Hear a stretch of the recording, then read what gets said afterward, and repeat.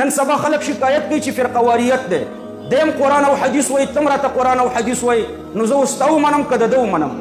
مزما منه مه د ده منه قرآن ومنه الفاظم د محمد صلی الله علیه وسلم او معنام د محمد صلی الله علیه وسلم چې دا دواړې د محمد صلی الله علیه وسلم د طرف نه دي ومنل بس بیا به اختلاف ختم شي او که چېرته الفاظ د محمد صلی الله علیه وسلم وي او معنا ورته پېښورۍ او کونړۍ او باجوړۍ ولګېږي نو اختلاف د دې نه جوړېږي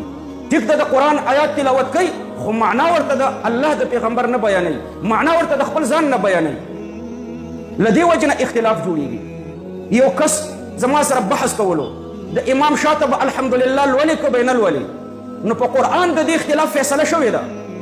الفاظ به هم د محمد صلی الله علیه وسلم نه زده کو تلاوت به یې کو پیغمبر علیه السلام چې کوم الفاظ ویلي هغه الفاظ به تلاوت کو او بیا چې د دې الفاظو معنا محمد صلی الله علیه وسلم کوم قسم بیان کړی دا معنا به هم هغسې بیان کو یعنی معنا به هم د محمد صلی الله علیه وسلم بیان کو نو اختلاف به ختم شي مثلا الله په قرآن کریم کې فرمایي واذا قرئ القرآن فاستمعوا له وانصتوا لعلكم ترحمون دا د قرآن آیات دی دا الفاظ موږ ته چا بیان کړي دي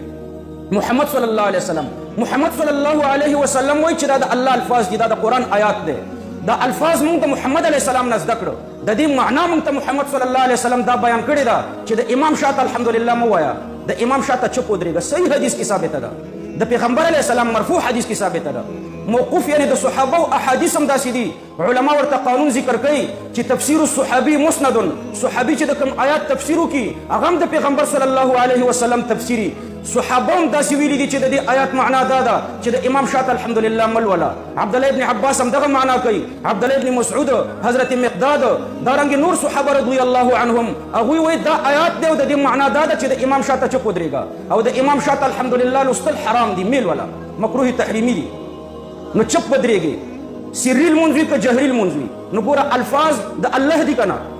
او چا موږ ته بیان کړي محمد صلی الله علیه وسلم او معنا مې هم دا دی د محمد صلی الله علیه وسلم درته بیان کړه تفسیر ابن جریر تفسیر ابن کثیر که دې باندې نه پوهېږئ معرف القرآن د پښتو اردو خو په کورونو کې دلته وګورئ د دې آیات لاندې همدا حدیث ورلاندې لیکلي دي پیغمبر علیه السلام او صحابه د دې آیات معنا دا کوي چې د امام شاته الحمدلله ملوله نو اوس که الفاظ د محمد علیه السلام او معنا د محمد علیه السلام شي اختلاف ختم شو خو که ته الفاظ د قرآن تلاوت کې او معنا ورته پېښورۍ ور ولګې نو اختلاف د دې نه جوړېږي لکه ما چې دا آیات هغه کس ته تلاوت کړو چې دا آیات دی او دغه معنا ده نو ما ورنه مطالبه وکړه چې اوس تم یو آیات تلاوت کا چې په هغې کې راغلي وي چې د امام شاته الحمدلله ولوله نو هغه هم آیات تلاوت کړو خو معنا یې پېښورۍ ور ولګوله دغه دې کلي کې چې اوسېږي د غلام الله رحمتي د ده زوی و عبدالحمید داسې آیات یې ما ته تلاوت کړو واذکر ربک فی نفسک د امام شاته الحمدلله پټه پټه وایه ریکارډ کې شته واذکر ربک فی نفسک الله پاک فرمایي چې د امام شاته الحمدلله پټه پټه لوله نو ما وی زه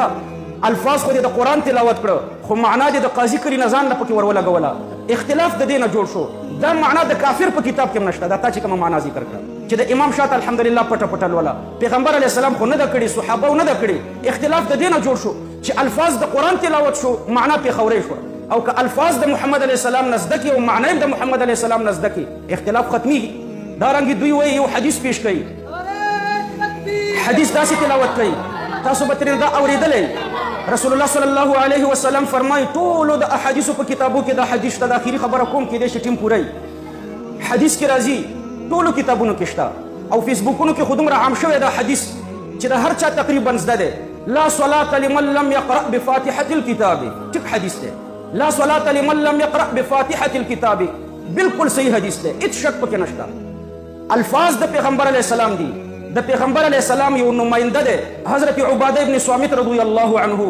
دا د پیغمبر نماینده موږ ته د الفاظ راښودلي دي چې لا صلاة لمن لم يقرأ بفاتحة الكتاب د کوم نماینده نه چې د الفاظ د کړي د همدې نماینده معنا به ورته رانقل کړي د نمایندګانو د پیغمبر علیه السلام معنا ورته رانقل کړه دې اختلاف د دې نه جوړېږي چې الفاظ د پیغمبر علیه السلام د نماینده نه زده کوي خو معنا ورته پېښورۍ ورلګوي نو اختلاف جوړ شي نو د دې کونړۍ او پېښورۍ معنی دا ده لا صلاة لمن لم يقرأ بفاتحة الكتاب د هغه چا لمونځ نه کېږي چې الحمدلله ونه لولي دا معنا غلطه ده دا د دې حدیث معنا نه ده دې کې دا د با معنا وخوړه پکې لا صلاة لمن لم يقرأ بفاتحة دلته با ده پکې